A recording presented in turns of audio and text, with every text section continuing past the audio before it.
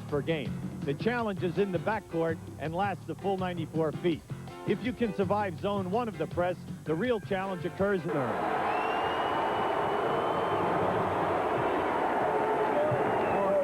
at forward, a 6'5" freshman from Hamden, Connecticut, number 24, Scott Burrell.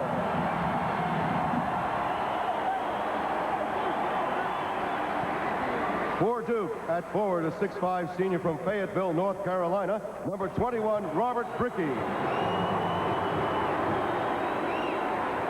For Connecticut at forward, a 6'7.5" freshman from Ramat HaSharon, Israel, number 40, Nadal Panafel.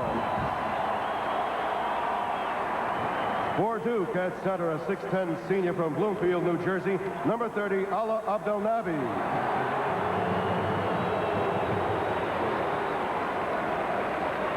For Connecticut at center, a 6'9" sophomore from Florence, South Carolina, number 22, Rod Sellers. For Duke at guard, a 6'4" senior from University Park, Illinois, number 3, Bill Henderson. For Connecticut at guard, a 6'2" sophomore from Bridgeport, Connecticut, number 13, Chris Smith.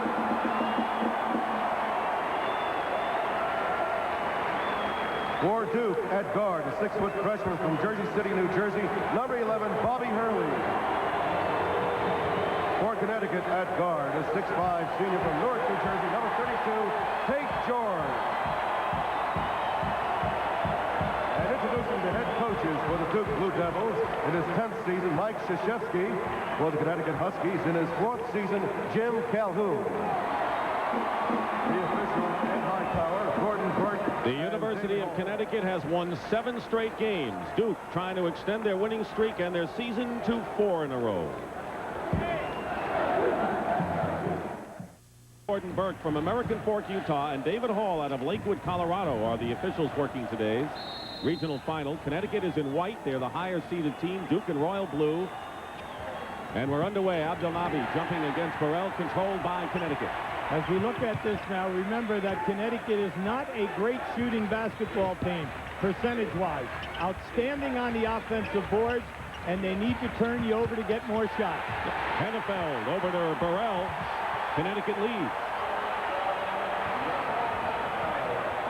Abdelnabi inside is pushed by Burrell, and the first foul of the game. You'll see on this move by the Dove, this is where he's at his best.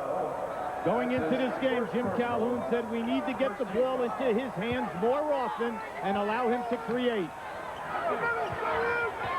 Christian Leitner up on top against the Connecticut zone.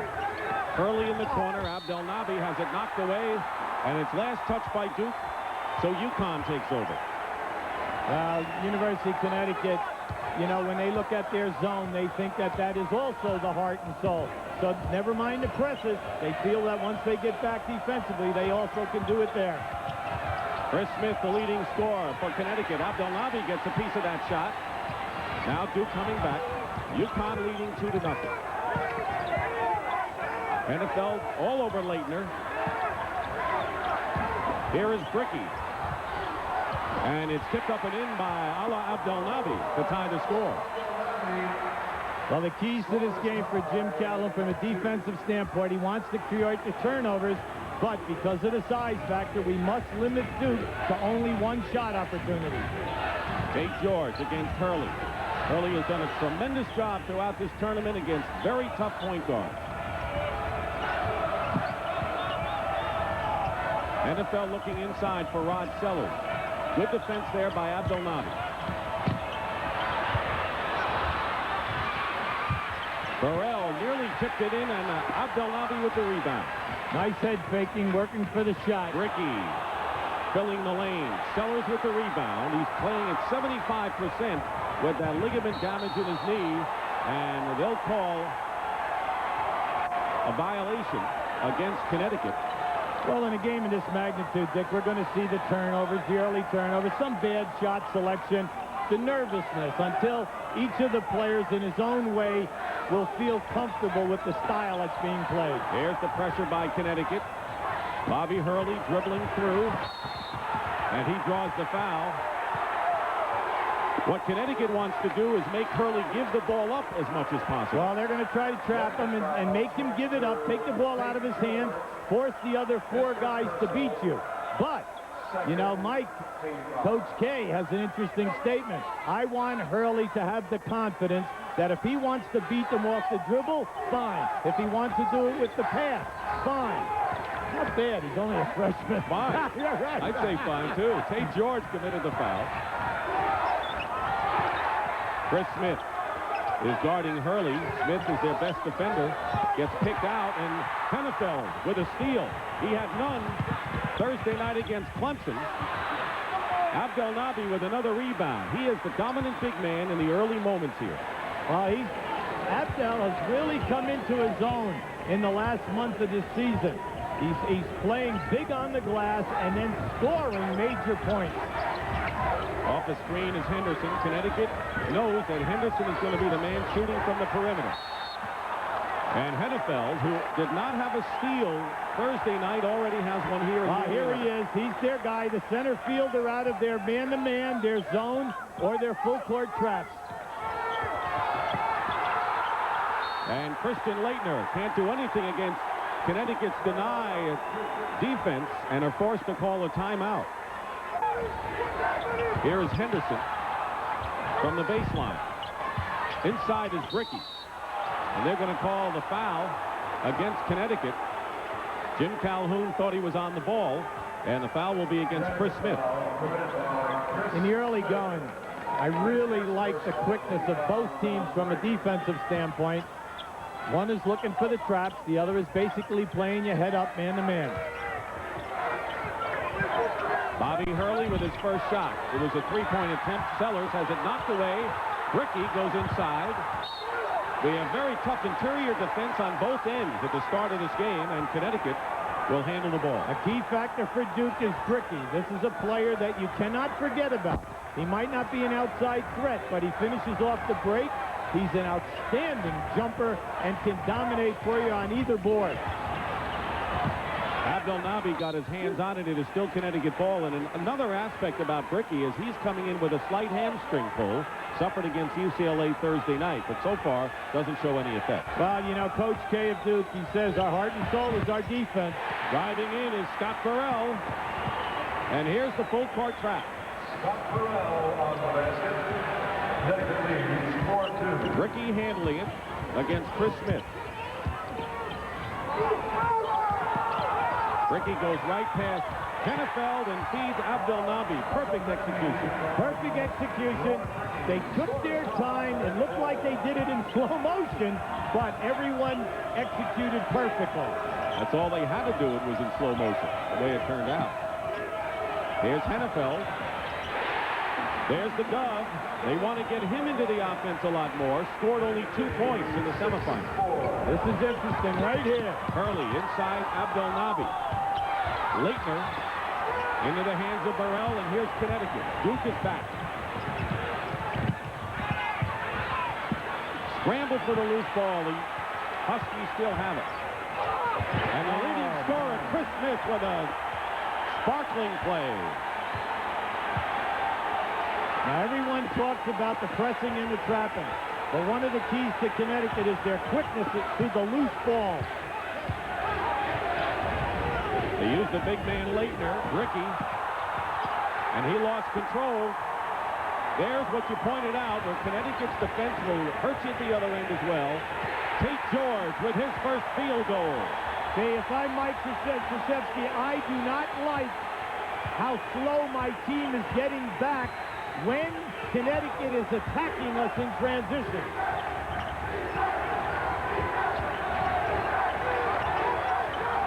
Already, just think of the shot attempt. Duke harassed and contested. At the other end, Connecticut with the open shot attempt. Inside to Christian Laettner. Laettner goes in, gets the basket and the foul. And as he snapped out of his scoring slump the other night with 24 big points. Now, to me, this is the key for Duke. They must get the ball down inside to Laettner and to Abdelnaby. Now, that puts a premium amount of pressure on the other three players to advance it versus the traps or against the 2-3 zone and then get it inside because they have such a height advantage, and both guys are excellent power players. Toreno Walker comes into the game, replacing Rod Sellers for Connecticut. Duke brings in Brian Davis and Thomas Hill. Those two did not play as well as Coach K would have liked against UCLA, as Bricky and Abdelnaby go to the bench. Leitner with a three-point play. Connecticut leading 10-7. All right, Duke is in there, 2-2-1. It's the three-quarter court trap. And they get it inside on the baseline. Walker with the offensive rebound. Basket is good.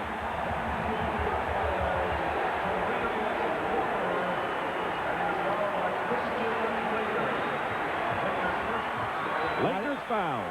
Now that was a perfect example of why Connecticut is such a good basketball team. They were second this year in the Big East in offensive rebounding. A year ago, they were first. Jim Calhoun says we might not be big, but we are quick, we are strong and quick jumpers, and underline the quick jumpers. Here is the freshman, Toreno Walker, who came on big during the Big East tournament. He comes back and matches Leitner's three-point play, and it's 13-7, Huskies in front. Oh, in the early going, Duke not relying on one guy to break the trap. Leitner is double-teamed. They find Hill inside. Wow. And Leitner follows up, and you talked about how the officials would call the game, and it looks like they're letting them play. Yes, that was definitely body contact on that shot by Hill. No call, and that's fine because both coaches would like it this way because now the premium is on good defense. 4-point lead for Connecticut. Nearly 6 minutes gone by in the first half. Backdoor Smith, they miss it. And Toreno Walker goes up, and we'll have a Duke foul. Now here we have Leitner. Watch how quickly he sizes up the situation, makes the down pass. You see, when we talk about, there they are on the glass again. Now when we talk about that Connecticut defense, I think they're tougher once you get over half court. Burrell gets a good pass inside from Tate George. In a scramble, Duke winds up with it. Brian Davis committed the foul for the Blue Devils, who trail by 4. Hurley working baseline. Henderson, long range. That's got to be a weapon for Duke today. Hill misses. Good bounce pass to Burrell. Walker follows with the basket. Toreno Walker, he might be a freshman, but he is playing since he came off the bench. He's all over the board. He's very wide up in the shoulder area. Strong player. Davis goes in, no basket if it goes, and a foul before the shot. It'll be Connecticut's 15th foul.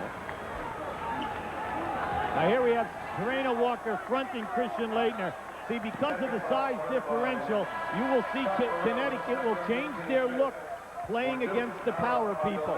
Sometimes on the side, sometimes in the front, forcing the Duke passers into making a major decision. Christian Leitner goes to the bench. Abdelnaby replaces him. Burrell committed his second foul, and Lyman DePriest, the good defender, has come in for him. When you play against good pressure, you must move the basketball, force them to wear down. Henderson misses a 3, and the rebound. DePriest to Hennefeld. Hurley defending, and did a good job flashing in front of him. And Duke comes down, trailing by 6. Now, UConn in there, 2-3. This is a very aggressive zone. Coach Calhoun with his hands up. He said that's the key. Henderson with a three-point basket. Hit 6 of them the other night against UCLA, the leading scorer for the Blue Devils. And traveling called against Lyman DePriest. And Duke trailing by 3 will bring Robert Bricky back into the game. I'll say I like this game. This is really up-tempo. Both teams really hustling defensively. And even on the long passes, when you think a guy has an uncontested layup, you'll see a shirt. It comes back and intercept that man defensively. Jim Calhoun said the big worry against Duke is that they have so many offensive weapons. He worries about their scoring ability from many places. Kate George and Christmas, excellent on the dribblers. Very, very good position defensive players. Lyman DePriest fouls Robert Bricky, and that is the 16th foul against UConn. One more, and Duke will be into the bonus. Well, DePriest knew that he fouled him. He had both hands right on his hip, not allowing the dribbler to penetrate. Mike Krzyzewski is going to bring in Bill McCaffrey, a freshman guard from Allentown, and he'll give Henderson a breather. McCaffrey could be an important man for Duke against the Connecticut zone today with his outside shooting. And there is John Gwynn, who comes out firing for UConn. McCaffrey beating Abdel Nabi, and Duke now trails by only one. See, with the insertion of McCaffrey, you know you must go and play him because he has the ability to hit the jump shots, but he's a good passer. Good feed into Hennefeld. And when you talk about the fact that McCaffrey can hit, John Gwynn, of course, does the same thing for Connecticut. They're going to call the blocking foul against Karina Walker, I believe. That'll be his first foul, but that is the 7th, and it's the bonus for Duke. Well, you see, the rule is, the people in the stands want the one step, but that player must have the ability to land. The defensive player was underneath him that time, and that's the reason why it was a block. He did not have an opportunity to land. It'll be 1-1 for Bill McCaffrey, who figures to move into the Duke starting lineup when Phil Henderson graduates.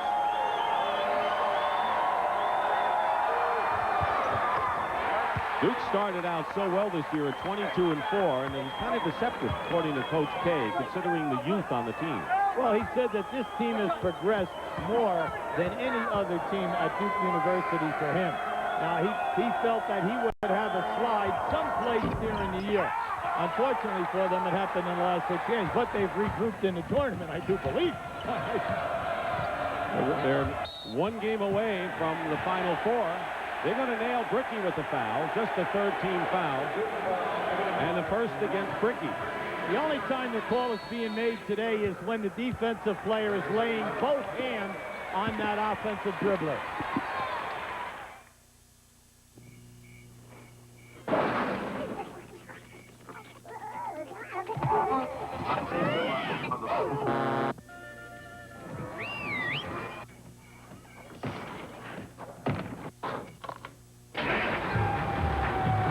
What's it take to win in college basketball? What's it take to win in 7-Up's college basketball championship game? That hard work could win you a limited edition Ford Mustang or a chance at prizes worth $20 million. So start practicing. 1 in 12 are winners.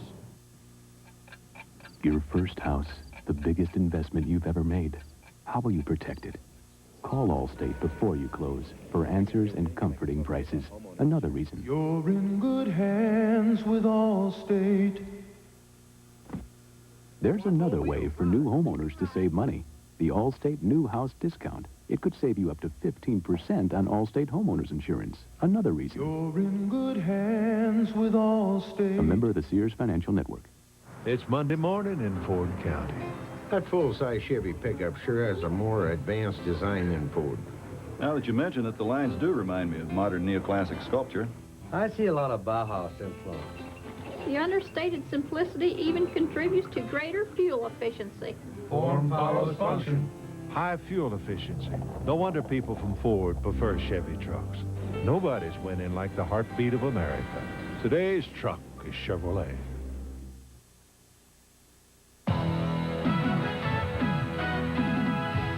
Stockton and Hubie Brown back here at the Meadowlands Arena in East Rutherford, New Jersey. Maybe no man put Duke University on the map as a player more than Art Heyman when he was recruited by Vic Bubas in the 60s. Well, Vic will always tell you his first major recruit is the man right there. And I'm very happy for him because they just retired his number within the past month. Very deserving because he's the one that was the nucleus of the guys to follow, and Vic Bubas had 3 consecutive teams in the Final Four. Murray Williams has reported into the game, and a steal. Here is Bricky.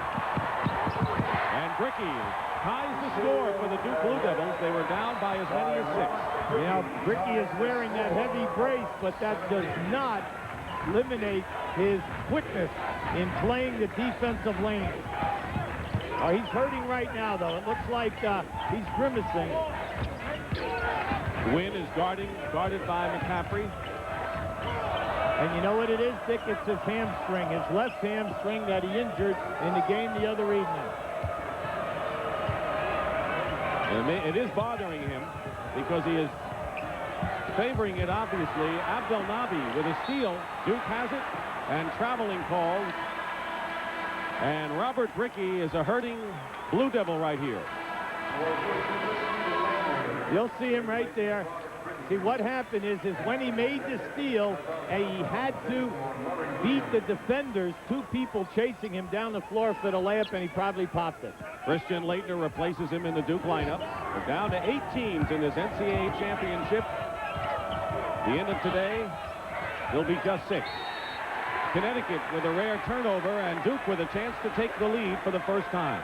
See, Coach K says, listen, most teams have never played against our type of man-to-man pressure, plus how well we play the passing range. We're seeing both teams excel at their major part of their defense in the early going. There's that midcourt trap that UB talked about.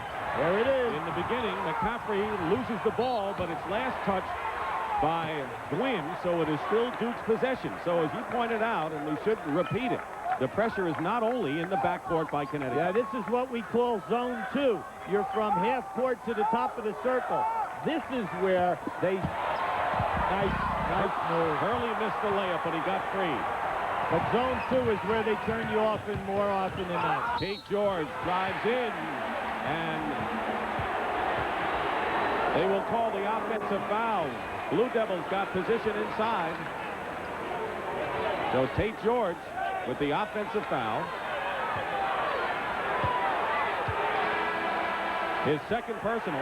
All right, I was waiting for them to say no basket or basket, but they gave the basket, okay? And now we're shooting the 1-on-1 at the other end of the floor. All right, here he comes now. He's making his move right now. They get the basket. They said that Laettner was there. He was definitely moving, okay? But that's not going to change the call right now. No, but he was moving, that's for sure. Yes, he was. So Laettner will go to the free throw line, and Robert Brickey is going back to the dressing room. They're going to work on his left hamstring. And here is Laettner shooting the 1-and-1. He also was banged up against the Bruins of UCLA Thursday. He has a swollen right calf. He was kicked in the calf, but hasn't affected his running so far. Looking for a 7th point, which would lead Duke. Well, Duke has 4 players shooting over 80 on the line, and Laettner is 84 this season. Tied at 19, nearly halfway through this opening stanza here at the Meadowlands Arena. Winner of this game moves on to the Final Four. Later on, the Midwest Final. Pass by Smith was off the backboard. And they're going to give it to Duke.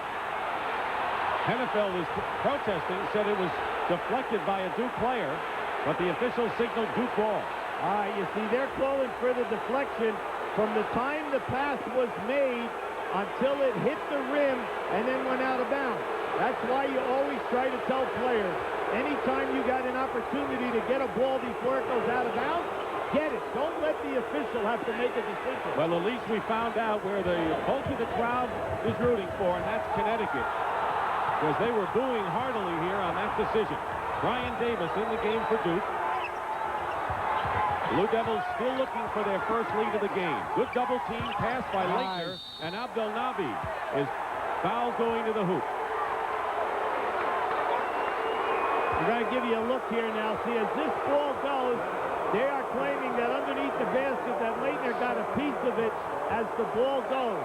But like we say, try to save the ball no matter which way the ball is going, and do not allow an official to have to make a decision. There is Rod Sellers coming in along with Scott Burrell. DePriest goes out, and so does Terreno Walker, and on the line is Abdelnaby. So Burrell comes back in the game playing with 2 personal fouls, and here is Ala Abdelnaby. So there's no question here that the crowd seems to be siding with Connecticut, although there is a great force of Duke fans as well. Well, Abdelnaby just made a great head fake on his move to the basket. And if Duke continues to recognize the double team and reverse the basketball, that is going to be a big key in breaking UConn's traps down. Chris Smith goes right by Henderson. And they'll call the foul against Duke. It'll be against Brian Davis. And Duke now committing only their 4th team foul.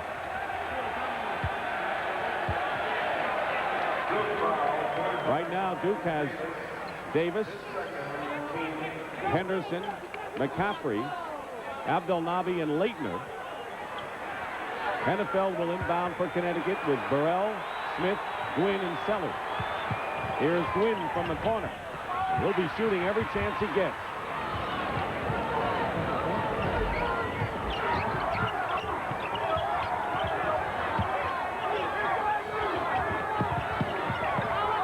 Here's Davis, left open for the moment and travel.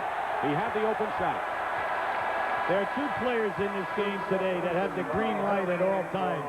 Bill Henderson for Duke and then Gwynn for the University of Connecticut. Both coaches know that these 2 guys are dangerous and can light you up in a short time period. Bobby Hurley back in for Duke. He'll be guarding Chris Smith.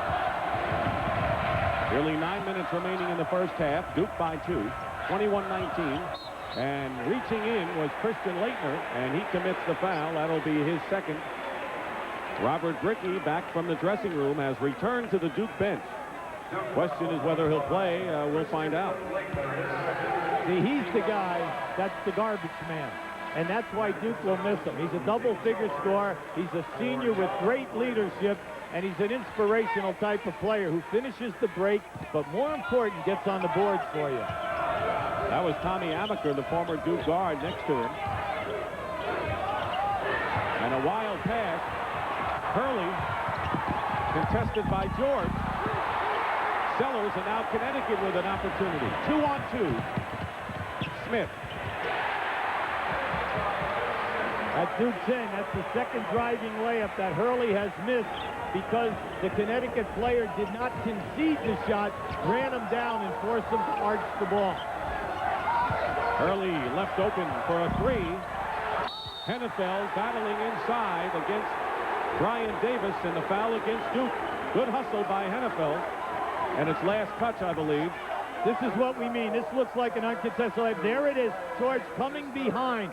You notice how he came with the inside hand so he would not have body contact. Definitely made Hurley change his release. Brickey returns to the game for Duke. Foul was on Davis. His 2nd. Next foul against Duke will put Connecticut 3 fouls now on Davis. Hennefeld across the lane, and it goes in for the dub. 6 points for Hennefeld. Not only a beautiful shot that time, but a great pass. Offensive foul called against Robert Brickey. See, what's happening in the early going, Dick, is the Duke players know that the press is there. But notice, watch what happens. See, they're catching the basketball, turning and going. You can't do that against good trapping teams. You must catch the basketball, turn, look first. Where are they? Then make your move. Both teams in the bonus now. Henderson against Smith. Brickey goes in to help out. Good interior defense by Abdelnaby. And now Duke trailing by 2. They were up by a couple moments ago. Penetrating inside, Leitner from Hurley. Great pass. 9 points for Christian Leitner. He scored 24 against UCLA in the semifinal. George has a screen from Hennefeld. See, Hurley is on Tate George today because George is the key to the offense. The Dub, who has a great feel for the game regardless of what his box score shows. 7:20 remaining in the first half. High score. Tate George. The rebound by Henderson. Henderson today has hit just a 3-point shot, coming in averaging 18 on the year.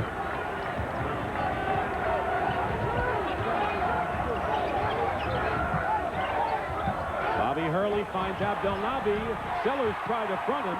And it backfired. Well, that's the first time. See, any time that you front two, they clear out the opposite side by bringing the player up to the foul line so they can lob over the top. Henderson is not giving Chris Smith any kind of room to shoot, and the turnover. George is back defending against Bobby Hurley, and he missed the shot. But several times today, Hurley has missed layups or close to them. That was a tough shot. That was a driving hook. Anytime that you're coming in the open floor and people are alongside you in front of you, the best thing to do is try to reverse and change direction. You can usually shed a defensive player at that time.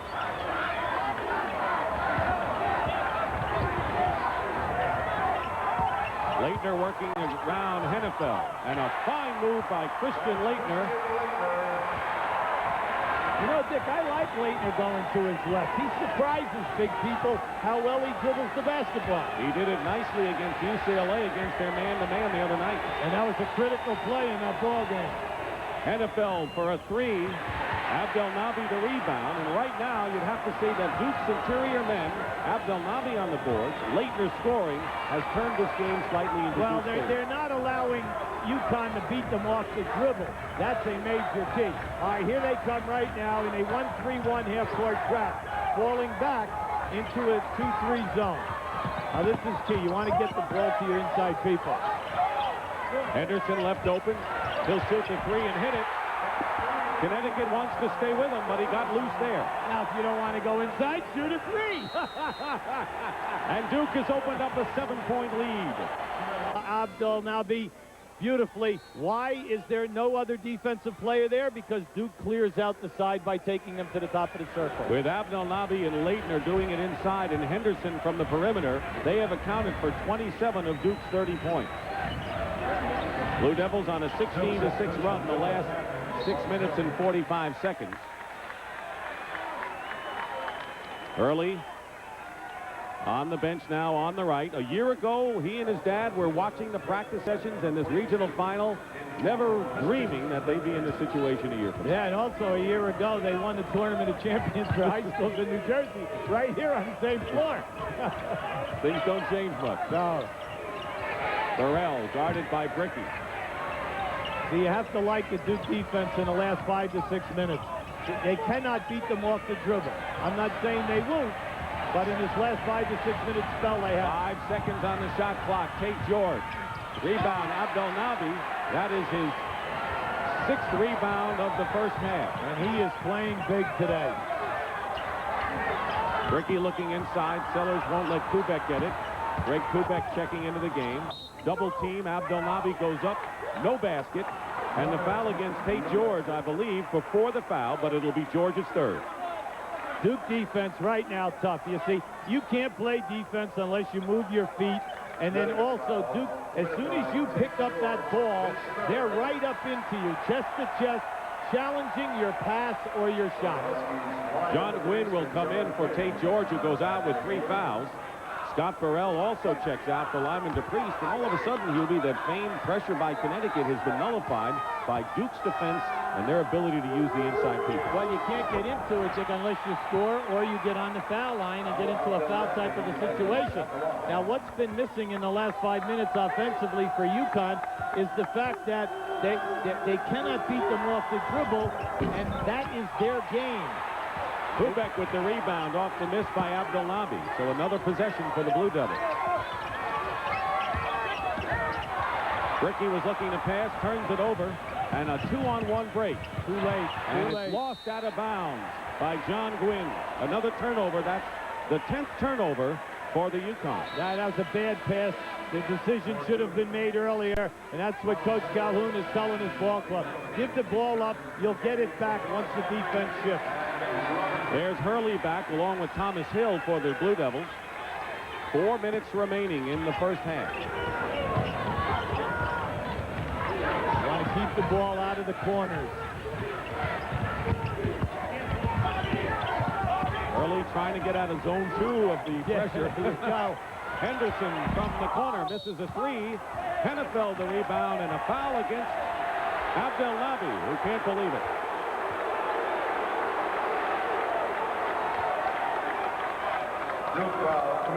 This is that game they call no contact. There's a pop right on the jaw of Hennefeld. Sellers will go to the line to shoot 1-1. He's wearing the brace on his left leg, a comfort brace. He is a sophomore from Florence, South Carolina. Coach Calhoun made this statement. He needs Sellers in there. He's a sophomore, but he needs him because he knows his pressing and trapping the slides in the back for the coverage. With Karina Walker, he gets a young athlete, burly in that and quick, except he might be caught out of position. And the 6'9" doesn't hurt him either. 1 out of 2, the rebound by Greg Kubek. See, an underlying fact so far that we haven't made an emphasis of is the fact that Duke is holding UConn to 1 shot. Now here's their 1-3-1. Hurley taking it right to the middle. Now he's trapped and a loose ball. Henderson missed the shot, but there's Abdelnaby, and he's fouled. And Connecticut will have to do something about Abdelnaby inside if they're going to hang in there. Yeah, it's been nice. We had them last weekend down in Atlanta, now up here again. You know, his emergence as a quick-footed 6'10" guy. He is a quick jumper, and then when he lands, he has that lateral movement to cover ground and get back up if there is another shot attempt. I really like his game. Plus, he's excellent with his back to the basket from an offensive standpoint. Leitner comes in for Duke. One thing Abdelnaby was saying yesterday, he said, you know, Johnny Dawkins said to him, the former Duke guard, that as a freshman, as a sophomore, you develop your body. As a junior and your senior, you develop your mind. And he says, I'm still going through that, the developing of his mind. And Coach K could have hugged him for that.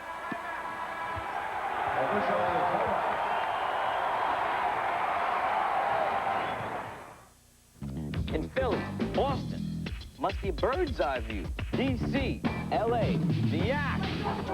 Shut up, I'm doing a Nike commercial here.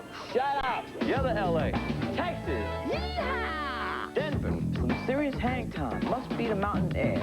San Francisco, Moscow, Paris, oui. Walla Walla, Budapest, Via Tranquility. Championship. Tennessee is leading Virginia. Don't forget the Lady Vols are the defending champs. Connecticut has missed its last 5 shots. Hennefeld goes up, and they're going to call him for an offensive foul. Duke is on a 12-1 run in the last 5 minutes of this game. And for Hennefeld, it'll be his first. See, you must give credit to Duke's defense because they have cut down the penetration that UConn has through the season become accustomed to. Once they beat people, they take it right to the glass. Henderson goes right around Sellers. And the rebound by Sellers. Connecticut trailing by 9. Biggest lead right now for the Blue Devils.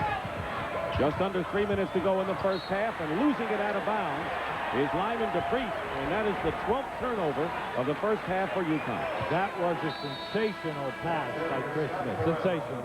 This is the first of 4 regional finals on a big 2-day of NCAA activity for them. Later on, the Midwest. And tomorrow, you'll see the regional finals out of the Southeast and the West region.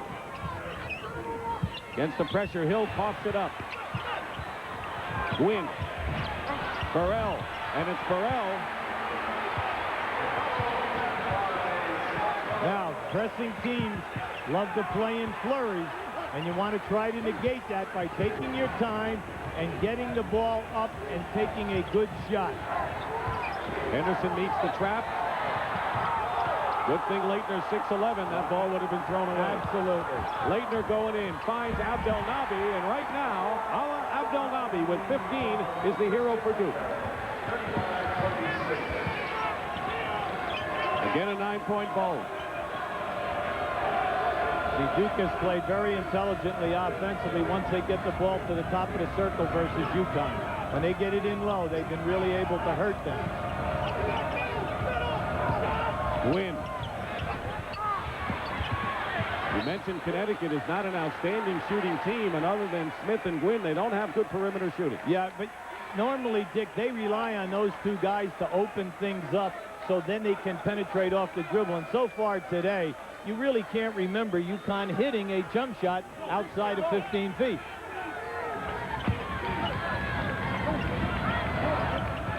There's Burrell.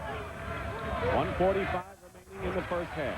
Whenever you lack a low post game, Connecticut does not have one, you need to slash him. Abdelnaby got a piece of it on Smith's shot.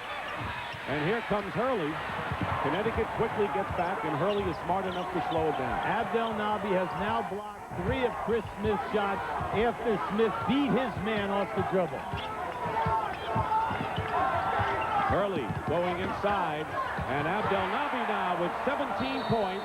And the trio of Abdelnaby, Leitner, and Henderson have accounted for 34 of Duke's 37 points. Now, Coach K said, I'm going to allow Hurley to be a guard. I'm going to let him penetrate and create. And a lot of people said, including us, can he do it for the full 40 minutes against this type of pressure? Well, we got 21 minutes about remaining. Smith. And they're going to call Henderson with the foul, but once again, Connecticut, who's given the outside shot, and Duke right now is saying, prove that you can hit it. Well, sure, Duke is in a 2-3 zone. Every once in a while, they'll slide into it, and the reason being is they want to see UConn established and show us that you can knock it down. Connecticut with only 1 field goal in the last 7 minutes. And here is Nadav Hennefeld, who set the NCAA record for steals for a freshman this year, 137. Lyman DePriest, the defensive specialist, will replace Burrell in the lineups. Whenever you're playing and you're shooting a low percentage, which we know UConn is doing, now you go to your second ace, and that is your offensive rebounding, which UConn is so terrific at, but not today. Duke holding them to 1 shot. And causing the turnovers more than what the Huskies are used to. But there is a turnover because of Connecticut's pressure. Just under a minute to go, trying to cut the margin. It's a 9-point Blue Devil lead. Kubek is in. Leitner goes out. See, UConn is averaging 10 more shots than their opposition. The reason being they cause turnovers, number 1, and offensive rebounding. Duke has sliced that in half by not giving them the offensive board play.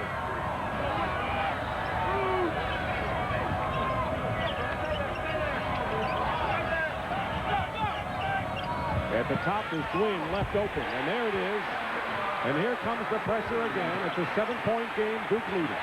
Beautiful recognition, hitting the open man. Now Duke can play for the last shot. Duke is smart now. Hurley wants Gwynn to get away. Gwynn is bothering Bobby out there. Main thing here is you must watch that 5-second count. Hurley now looks up and sees that there are 5 seconds or so remaining. Trying to get free, knocked away. Hurley had to force it up as the buzzer sounds, ending the first half. And Duke couldn't have it any better for them. And that's the end of the first half with the score. Duke 37, Connecticut 30. And CBS Sports coverage of the NCAA Basketball Championship will continue after this message. And when this play provoked an intentional foul call against his team, Arkansas coach Nolan Richardson left the court in disgust. I went to the locker room and gathered my thoughts, I guess, and did some other things. And by that time, I heard a big silence. And I thought maybe the game was either over or something had happened. Something did happen. The Razorbacks sent the game into overtime on a desperation 3-pointer. Well, I was surprised to see him come back because, you know, our crowd can be pretty rough. But Nolan came back with a smile on his face, and he coached the game. When I came back out, I heard all this booing from the Texas side. And then one lady, as I was walking, she ran down the sideline there on the outside of the skirt of the table and said, "How could you leave your team?" And, of course, when I got back to the huddle where our kids were, you could see they were going to get after it. Arkansas got what it was looking for, a win. And no matter what happens today, Nolan Richardson is staying put. There will be no more strolling with Nolan. I tell you what, though, let's take a hike with Mike, because in reality, we have to give you some credit. It's about time you gave me some credit. Well, you picked Texas in every game. You picked them against Georgia, you picked them against Purdue, and you had them against Xavier. What about today? I think they're going to win the game today. I think they match up. We're going to see they're matched up. UConn is matched up. Now, here are the decisions. Now, you see right here, this is a major decision that has to be made. Do I dribble through this, or do I make a pass over here to this player? Now, we'll see Henderson makes the pass. Now, here's your next decision. You see, right now, by passing over it, you are ahead of these two guys. So as you dribble in, Duke now has a three-man triangle versus two players. And this is what they have been doing exceptionally well, dropping the ball down inside to their big, tall frontline people. The shooting is practically even right now, and we'll tell you all about it when we come back to the Meadowlands. And CBS Hennefeld is the high scorer for Connecticut. Duke will inbound starting the second half. Well, coming into this game, Coach K said I have to do two things. Their offense is based around the three guards. Right now, they're only 5 for 15. And then the job my guards will do against their trapping. And so far, it's been a plus for Duke. Inside to Christian Leitner. Sellers with the foul. That'll be a second personal. See, when you sit back in that 2-3 zone, when you sit in there and you play behind Leitner and Abdelnaby, and if I have that passing lane, nothing but bad is going to happen for you, because they are both proven low post scorers. 20 minutes to Denver for one of these teams. Christian Leitner makes the free throw. Leitner had been in a scoring slump, and the big problem with him has been the fact that he gets down on himself when he makes a mistake in one end, carries it to the other end of the floor a lot of times. And Coach K told us yesterday he has had to spend a lot of time in getting his head straightened right. Right, and he said because he's so gifted, you know, sometimes they have a tendency to not realize how good they are and how great they are going to be in their next 2 years.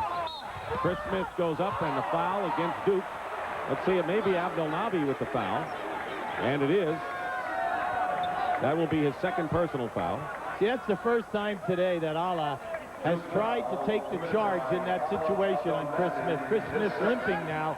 He's coming out of there. Yeah, looks like he got it right in the thigh. Yes, the left thigh. Now, you see, earlier in that first half, we said that Allah has blocked 3 of his shots, rotating over and going for the shot block rather than trying to take the charge. Here's Chris Smith, sophomore from Bridgeport, the most valuable player in the Big East tournament, won by the Huskies. The 31-5 record. You get help everywhere you can.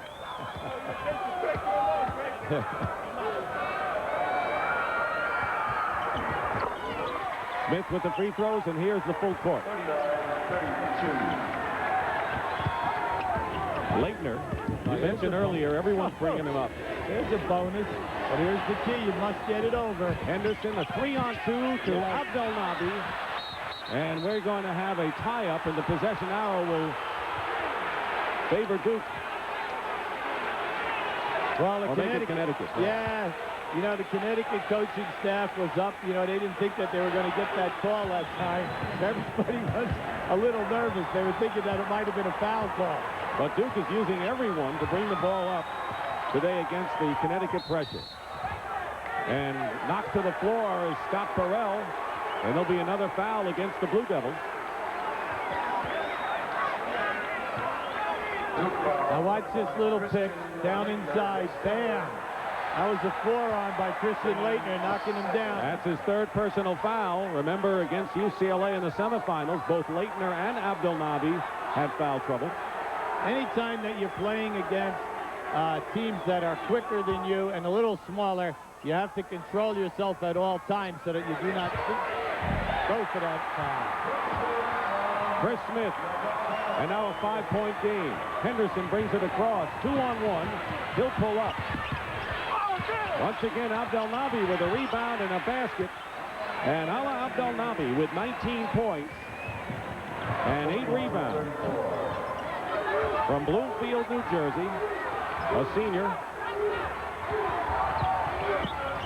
Tate George comes back with 2. I like what I'm seeing early in the second half. UConn is taking their time and getting better shot selection. Early goes cross-court, and Hennefeld nearly intercepted that pass. Now there's Henderson taking the 3 versus the trap. Watch out, Abdel-Nabi, there he is, over the top, beautiful. When you get that rebound, keep the ball high and take your shot without putting it on the floor. Here's Abdel-Nabi again. Smith and Sellers, and it's Smith coming down with it, and a chance to cut the 5-point deficit for Connecticut. You know, the fast break is there for UConn if they'll just look up the floor. Hennefeld slapped away. Connecticut's ball. You saw that Connecticut is 1-5 when they trail at halftime this year, undefeated when they lead at halftime. But the only time the score matters is after the 40 minutes. Yeah, you know, I'm Jim Calhoun. I'm happy. I'm in this ball game, 5 points, and I just had a horrendous first half with 12 turnovers. Greg Kubek is checked in. He'll be defending against Hennefeld. Here's Tate George. He's got a 3. Tate George, the hero of the semifinal against Clemson, with that miraculous shot. It's a 2-point game. UConn back in there. Very comfortable 2-3 zone now. Kubek for 3. Hennefeld and Connecticut with the long pass. Chance to tie it or do better. Here's Chris Smith. Wild shot. He rushed it, and now Duke has the ball still with a 2-point advantage. Well, Chris Smith is talking to the referee right now. He says, you owe me one. He said, I got hit that time on my left arm. That's why I took the ball and put it into my right on that shot. Duke dangerous with the outside shot against his own. Abdel-Nabi with the offensive rebound, no basket. And Burrell will be hit with his 3rd personal foul. But again, Abdel-Nabi crashing the glass. Coming up next, it'll be Texas and Arkansas in a Southwest Conference shootout in Dallas. This is just the first of 2 regional finals today and 2 more to follow tomorrow. Here is Abdel-Nabi on the line.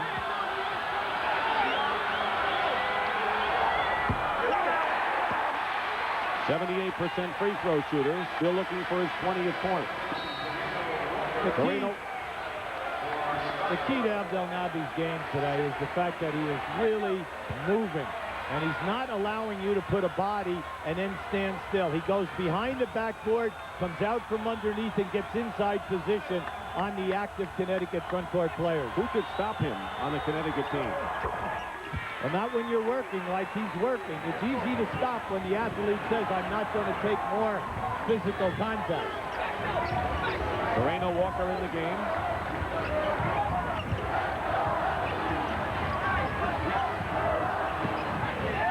Kubek is all over Hennefeld. And off the foot, it'll be a kick ball, and UConn will have a 45-second clock. See, the #1 point of the Duke defense is to pick you up as far out as half court and really pressure you on your passing. Smith. Moreno Walker had the open shot, gets it anyway, and he has 7 points off the bench for UConn, and a 5-second. See if they call a 5-second violation.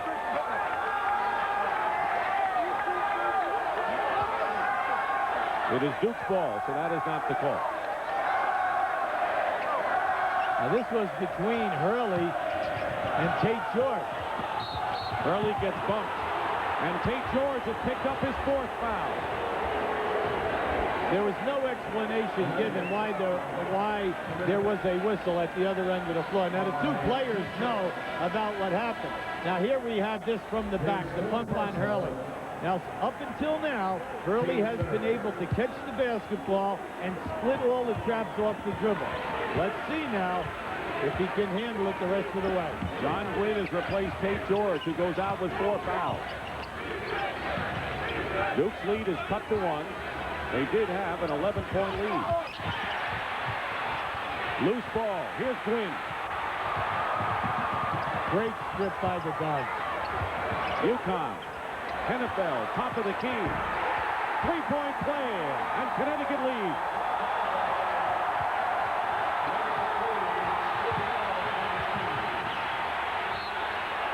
And a foul against the Dove. It'll be a second personal foul, and the 14th foul against UConn. This is a key play here. Now watch, look at the bottom of the screen now as Olive turns. There's your skip by Hennefeld. Then at the opposite end of the floor, he is the trail man at the top of the circle, and we know that he can knock down that three. He's got 11 to lead the Huskies. They lead by 2. Connecticut with a tremendous start here in the first 5 minutes of the second half. Predicated by the defense. Coach Calhoun said we're good in our 2-3 zone because of our action of our hands. Hurley. Here's Gwynn again, loose ball. Gwynn working against Hurley. And a foul against Bobby Hurley.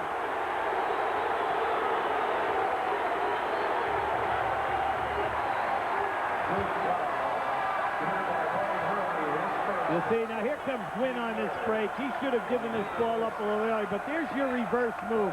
See, I can't say that enough. When a defensive player gets in front of you on the break, if you'll just change direction, either with a crossover dribble or a reverse spin, it is amazing how many times you'll get an open shot or get fouled. John Gwynn, the junior, he's from Hillcrest Heights, Maryland, playing for Jim Calhoun, and kind of a guy who keeps the rest of the team loose, and you have to have one of those, and it kind of resembles his style on the floor. Well, everyone's unanimous. They say he loves the game. He's the jester. He's the guy that keeps us hanging.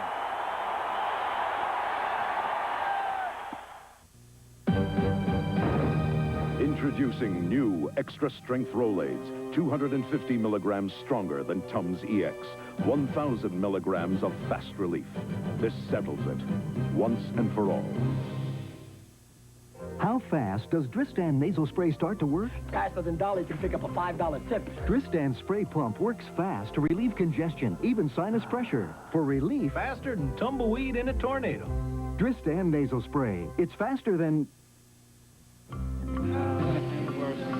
Our bus business has never been better. So one day we just looked at each other and knew it was time to go public. Your auditor gives us an accurate picture of your capital needs. When are we going to hear? It takes time. Off to New York, guys.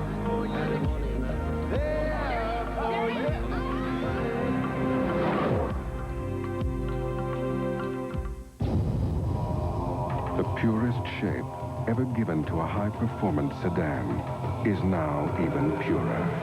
There is now soft glove leather upholstery and rich new wood paneling. For 1990, the designers have made the 300E the most elegant sedan in its class. But let Mercedes-Benz reassure you, it is still engineered like no other car in the world. They're every girl's dream and every man's fantasy. Your temptation. A world premiere movie, The Laker Girls, coming Tuesday, April 3rd.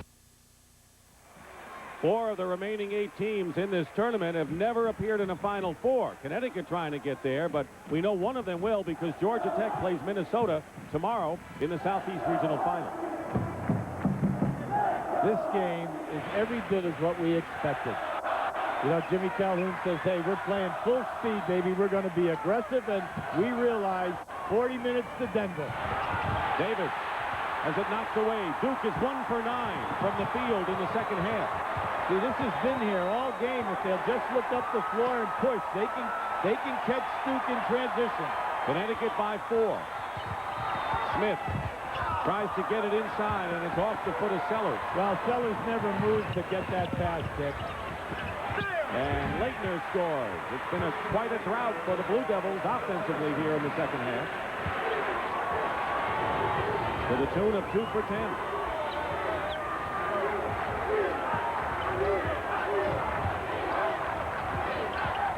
Leitner picking up Hennefeld on the switch. The Dove with a bounce pass. Again, Sellers was unable to make the play. Abdel Nabi got a piece of that. Henderson puts it up. It'll count.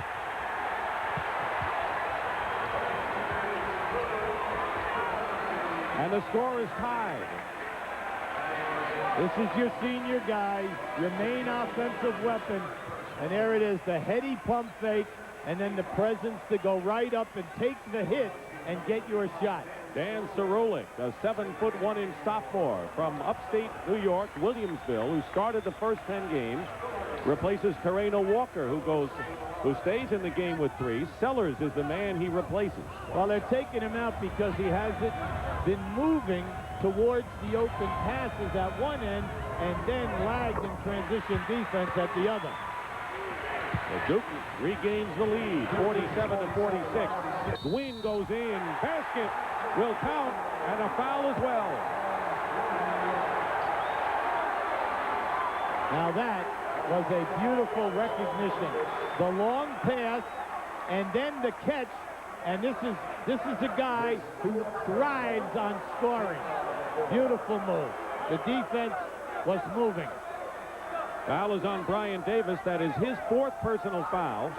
So the sophomore now in deep foul trouble, and there's a fellow who came prepared today for the UConn Huskies. He'll even go into the parking lot after the game, still wearing that Husky logo. 3-point play by Gwynn. UConn by 2. Back and forth we go in a thriller here in the Eastern Regional Final.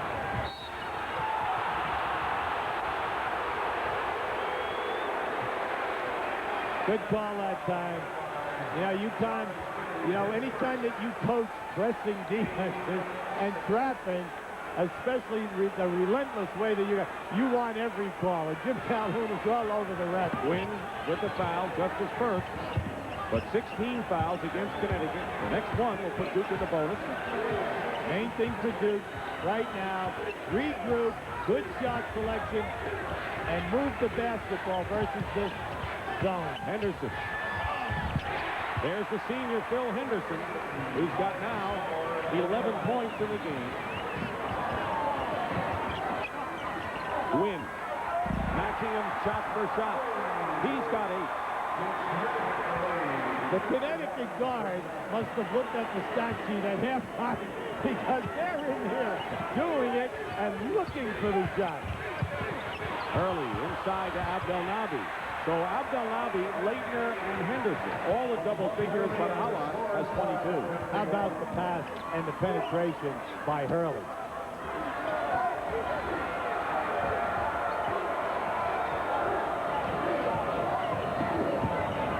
Nate George, the point guard for Connecticut, has been on the bench with 4 personal fouls, but Gwynn has played awfully big for him. And there's another basket by John Gwynn.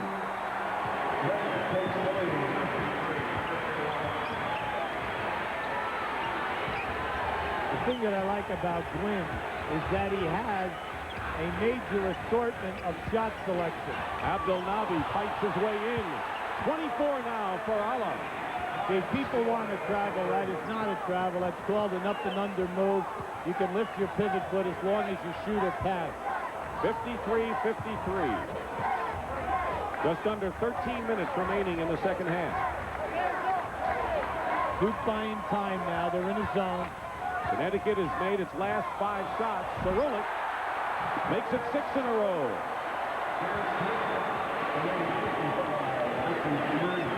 Isn't that a nice way to come into the game? Get a nice baseline jumper behind the board. Good touch for a big man.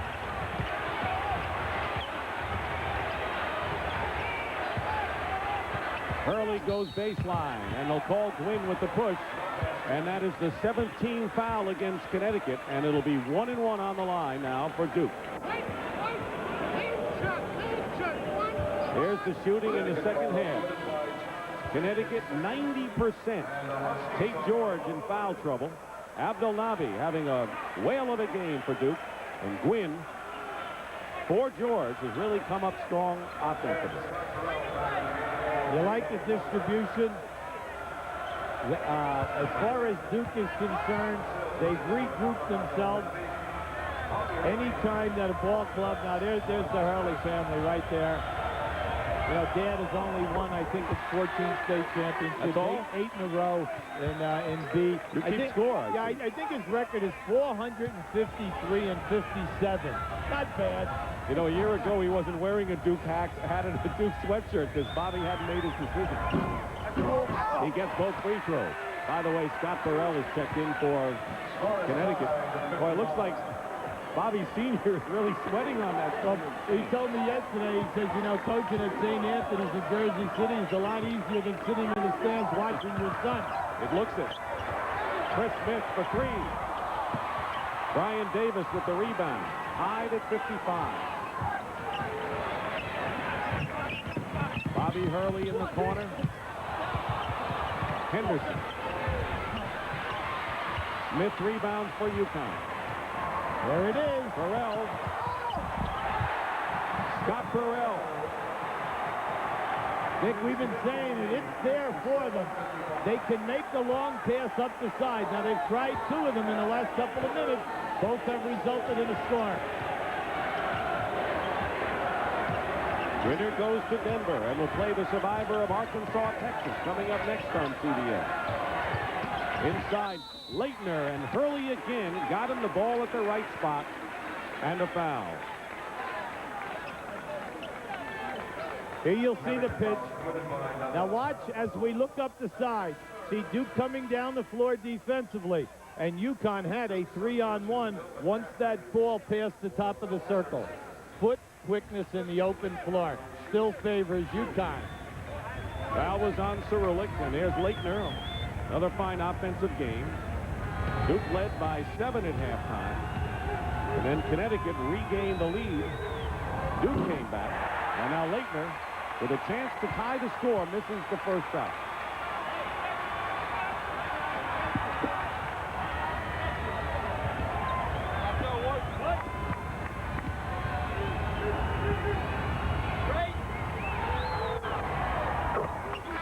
And a 1-point lead for Connecticut. All you want in this game.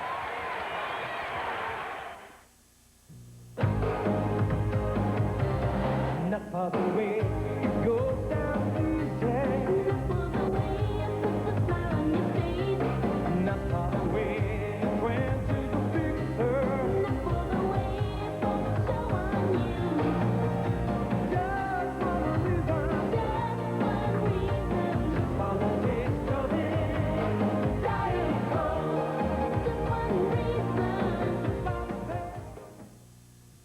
At Kentucky Fried Chicken, we do it right.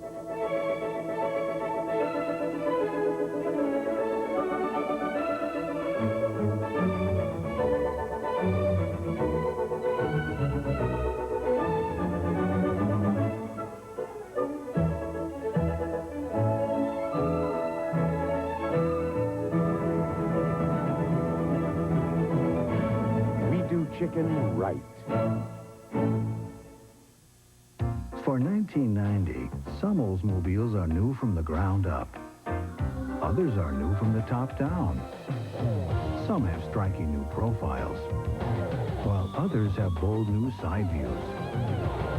Some new Oldsmobiles are at home in front of mansions, and others are at home in front of everything else. This is a new generation.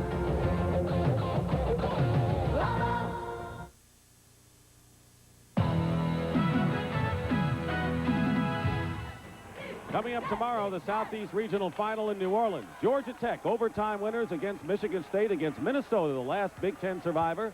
That'll be our first game. And then out of Oakland, a dramatic finish in the Western Regional. UNLV, the top seed, against Loyola Marymount, and the beat goes on for LMU. Well, nearly 11 minutes to go in this game, and Duke is already shooting the bonus because Connecticut is in team foul trouble. Here's Chris Smith, rebounding. Inside by Davis. Early challenged that one right up, and you could hear he even got a little piece of that shot. And Bill McCaffrey, who had gone in for Henderson, traveled. I think Coach K in that situation would have liked to have had McCaffrey take that shot. He was wide open. When you're open and you're a shooter, take it. Knock it down first. Connecticut by 1.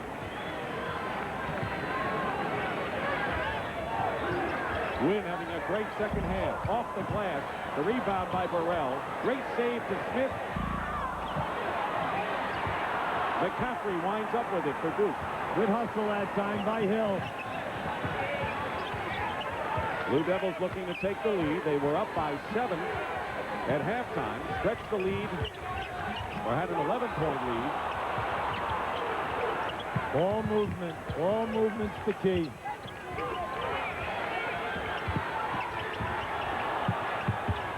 McCaffrey. Line drive shot. Smith comes down with it.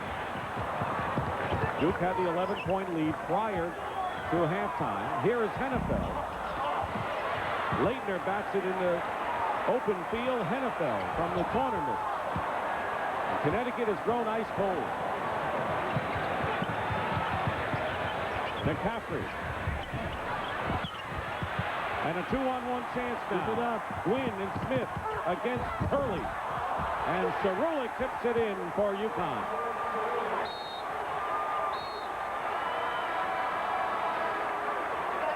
Smith and Thomas Hill got tangled up. Look at the defense right here on Gwynn. Now he's going to get picked. Watch him run into Leitner right here. Bam! But look how I recovered. Get that guy out of there. I got my man. And you know what? It's great because he played for a great coach in high school. Morgan Wooten down at the match. Henderson back in the game. Quickly on the layup from Hurley. That was a break that Connecticut can use. Boy, the determination etched in Gwynn's face fighting through that pick. Hennefeld couldn't control the high pass.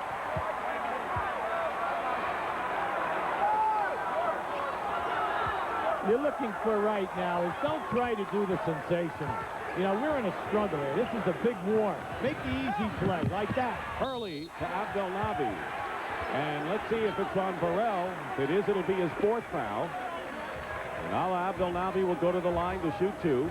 Foul is on Scott Burrell. He has 4. Tate George and Burrell, 2 very important cogs for the Huskies, have 4 personal fouls. Hurley's been the man to run this team, and he has made terrific decisions today at point guard. Well, Jim Calhoun said we must trap him and get the ball out of his hands. Up until now, that has not been able to be accomplished. Now, Coach K, I'm allowing my freshman guard to handle it whatever way he pleases. He has outstanding judgment. The players on this team accepted him as the team leader after the 15 minutes of the first practice session.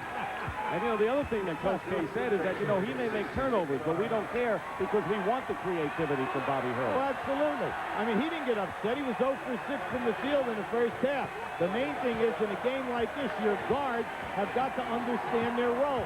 Play good defense and break this press. Get the ball up front to our big guys. And the pass is overthrown, and it's going to be Duke's ball. You saw Lyman DePriest come in for Burrell, who goes out with those 4 fouls. See, Chris Smith has thrown 2 untimely passes here. One on the baseline out of bounds, and this one across court. Just make the easy play right now. 16 turnovers committed by Connecticut. The Big East champs. Duke by 1. Henderson try to pass it into Hill, and it'll be UConn ball. Well, I don't know. We might be debating that one. I kind of thought it was a shot. We'll choose to see whether that was a shot or a pass. I was kind of going to give him the benefit of the doubt. Only because I knew it was Phil Henderson. I'm giving him a shot at that time. You got a point. 8.5 remaining in a 1-point game, and there's Gwynn again. And Connecticut is up by 1. Well, I like his game today. He'll give you, I'm going right. Next time I'm going left. Next time I'm going with a spin move. He's shown a lot of moves today. But I'm going. That's what he says. Davis goes in, and they'll call the offensive foul. Bobby Hurley knew it. He elevated out too far from the basket. And when you're in that situation, you can't elevate and be thinking pass first. When you go down in there and elevate, you should be thinking shot first. Tate George comes back in the game. He has 4 personal fouls, but he's the senior leader that Jim Calhoun must depend on down the stretch in the last 8 minutes to pull this game out. He's their explosive guy, their main man. The guy that he wants the ball in his hands for that last shot. Just wants to talk to him a little bit right now. Still have 8 minutes. Wynn stays in the game. He has scored 13 off the bench, 11 here in the second half.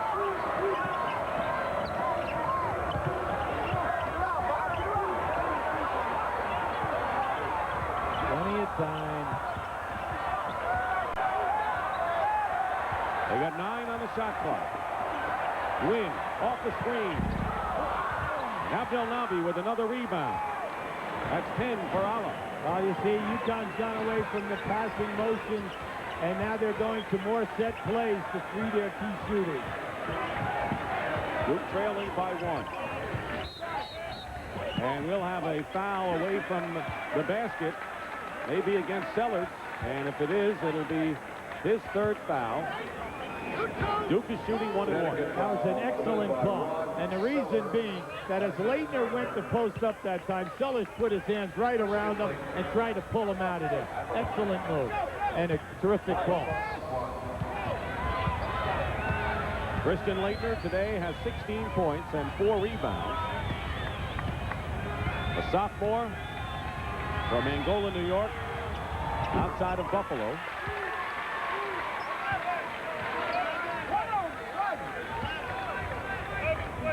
Coach K talking yesterday said with Loyola Marymount and their great stories is if I weren't playing, I'd be pulling for them.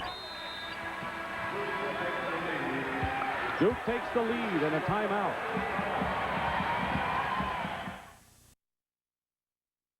At the conclusion of every NCAA tournament game, we will select the Chevrolet players of the game. And in conjunction with the award, Chevrolet will donate $1,000 to the General Scholarship Fund of both schools. You know, Hubie, we were just talking moments ago about what a great start this is to a big 2-day regional final carnival on CBS. And the big thing about it, Dick, is both teams are playing their style. And that's what's nice. We're seeing, you know, everybody countering everyone else, and you better have more than just a basic game here today. Chris Smith returns to the game, replacing Tate George for Connecticut. Wing misses the shot. There's the offensive rebound.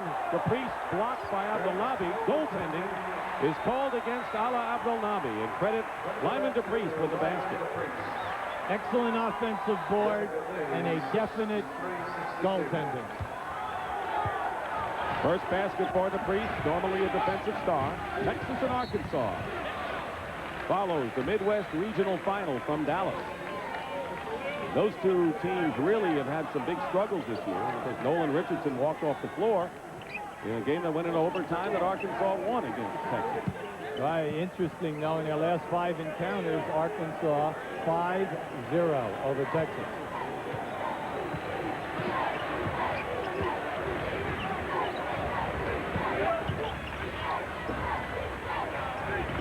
The ball movement right now is just a little awkward. The passing lanes seem to be too far apart. Leitner gets inside, draws the foul. Once again, Hurley got it to him at the right spot. And the defending champion, Lady Vols of Tennessee, went down to defeat in overtime as Virginia wins that game, 79-75. DePriest commits his 3rd foul. And Tarina Walker will come in for Rod Sellers. UConn center leaves. He has scored but 1 point today. Duke has gone to the line 14 more times than Connecticut, and Leitner has a 2-shot situation now. Well, that happens because of the inside attack and the fact that Duke features the low post game. Plus, they've been excellent on the offensive board. UConn, they have not been able to penetrate off the dribble, and that is their major key in doing what? Getting fouled. He only made 1. Walker with the rebound. Connecticut coming down in a 63 all-time. 6:10 remaining.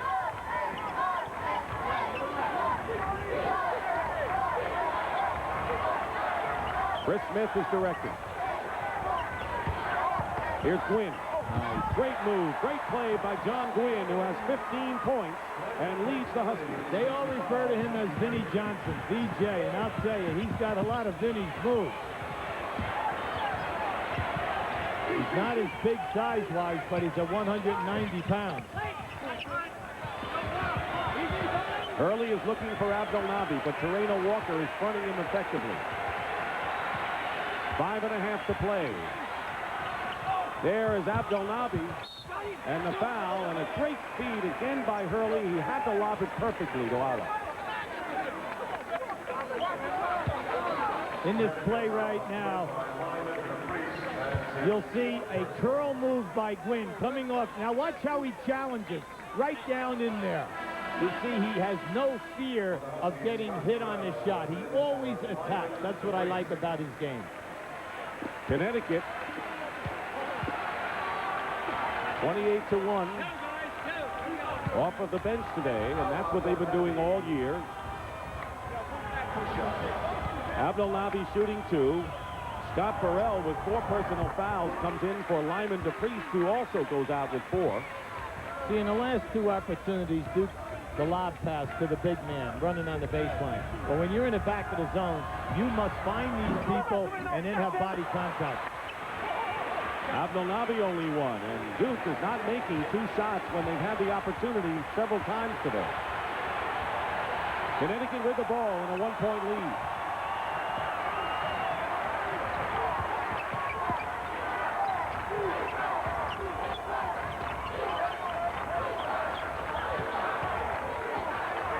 Plenty of time, 20 seconds. Duke still has 1 foul to give. Gwynn. Burrell trying to tap it up. There's Burrell again. Yes. Great play by a fine athlete, Scott Burrell. He could play quarterback, and you know that he'll be a pitcher someday in the big league. Seattle Mariners drafted him number 1. Leitner. Gwynn. Connecticut leading by 3, and they're in no hurry.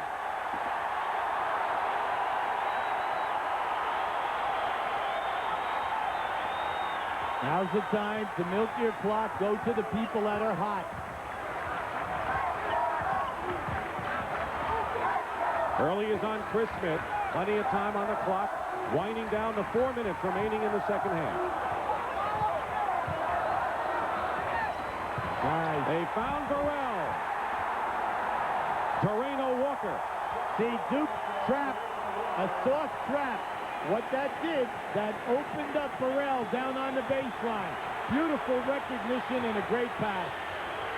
Bill Henderson misses a 3, but a foul against Scott Burrell, and that may be it for him. That is his 5th personal foul.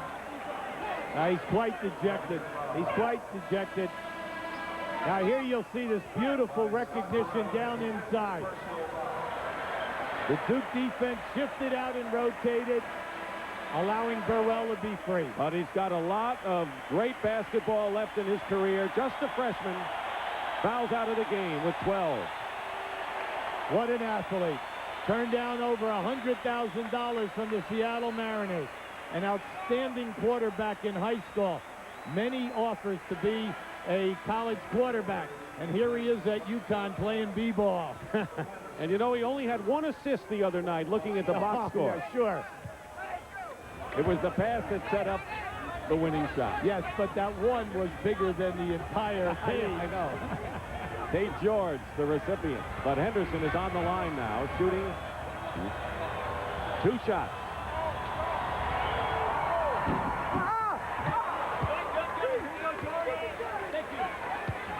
One of the strengths of Duke, naturally, along with their defense, is their foul shooting. And it's interesting now in the last 3 minutes how the ball has not been pure going through the basket. They've been catching the rim on a lot of the shot opportunities. Well, they got 2 there.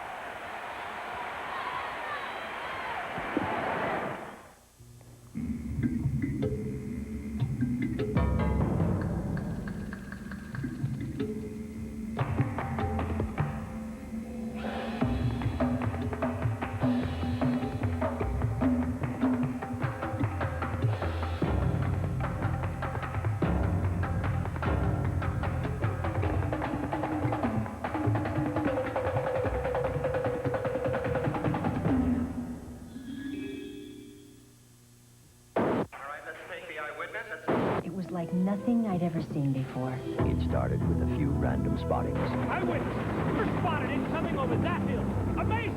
I have never seen anything like this before. To some, it's a fantastic vision of their future. It was oblong in shape with windows all around. To others, it's everything they've been waiting for. The most beautiful thing I've ever seen. The all-new Previa. It's here. Unbelievable! It's a Toyota, and it's like nothing you've ever seen. This is $5,000 for the baby. I'm embarrassed to be taking this. I mean, you could do something with it. Like what? Well, what's something you and Mom would enjoy? Like go on a cruise? If your mother and I want to do that, we'll do that. I can't pay this back. Pay it back by doing the same thing for your grandchild.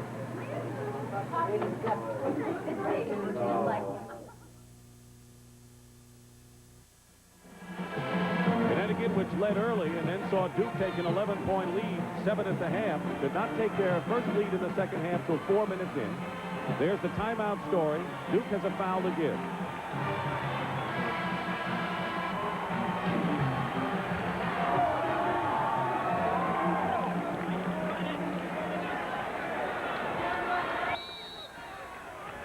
NFL will inbound with 3:41 to go. Duke is in a soft 2-2-1 three-quarter court press. And in the middle is Gwynn. Leads the team with 15. See, coming into this game, Coach K said he must stop the guard production for UConn. First half, 10 points. Second half, 22 points. Spearheaded by Gwynn, right with the basketball, who has 13 in the second half. NFL lost it out of bounds. Brian Davis was defending him, but Nadav just lost it. And Lyman DePriest comes in for UConn, replacing Tate George.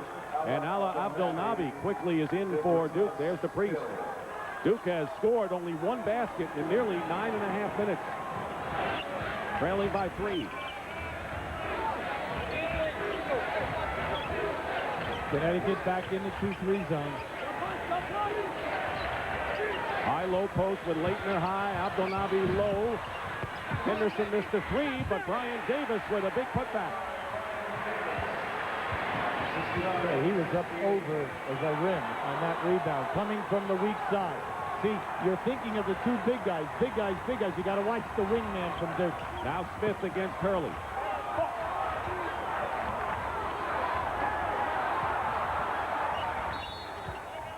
And a timeout called by Connecticut. They've got 2 timeouts remaining, leading by the slimmest of margins.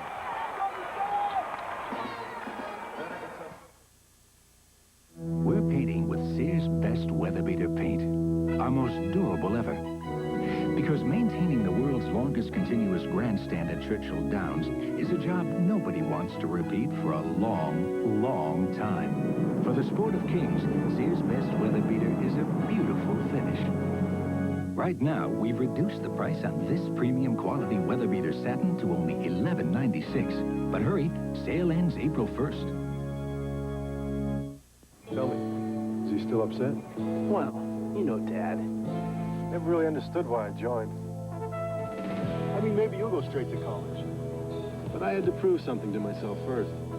The GI Bill and Army College Fund. If you qualify, you can get more than $25,000 for college and an edge on life. Do you think Dad'll ever come around?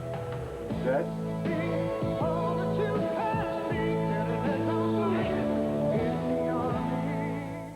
Get ready for the incredible. The cashback offer on new 1990 Cutlass Supremes has just been doubled. That's right. Now get $2,000 cash back on the all-new Cutlass Supreme 4-door or Cutlass Supreme Coupe. This is the new generation. Double cash back. Get up to $2,000 cash back plus an additional $600 for qualified first-time buyers. See your Olds dealer by May 2nd for great deals on a new Cutlass Supreme. This is the new generation. Connecticut has called a timeout, leading by 1 with 2:28 remaining. Duke still with a foul to give.